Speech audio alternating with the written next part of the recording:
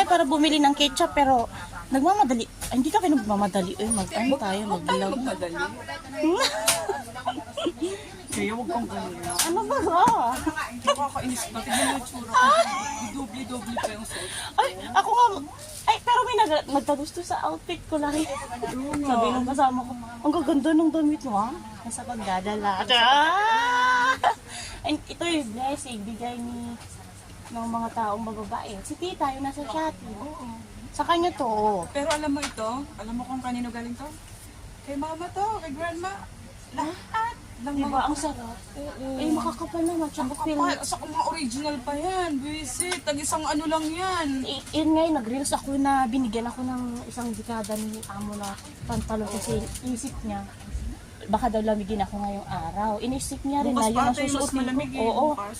Sabi niya, baka daw lamigin ako sa Martes. Sabi niya, ay, ang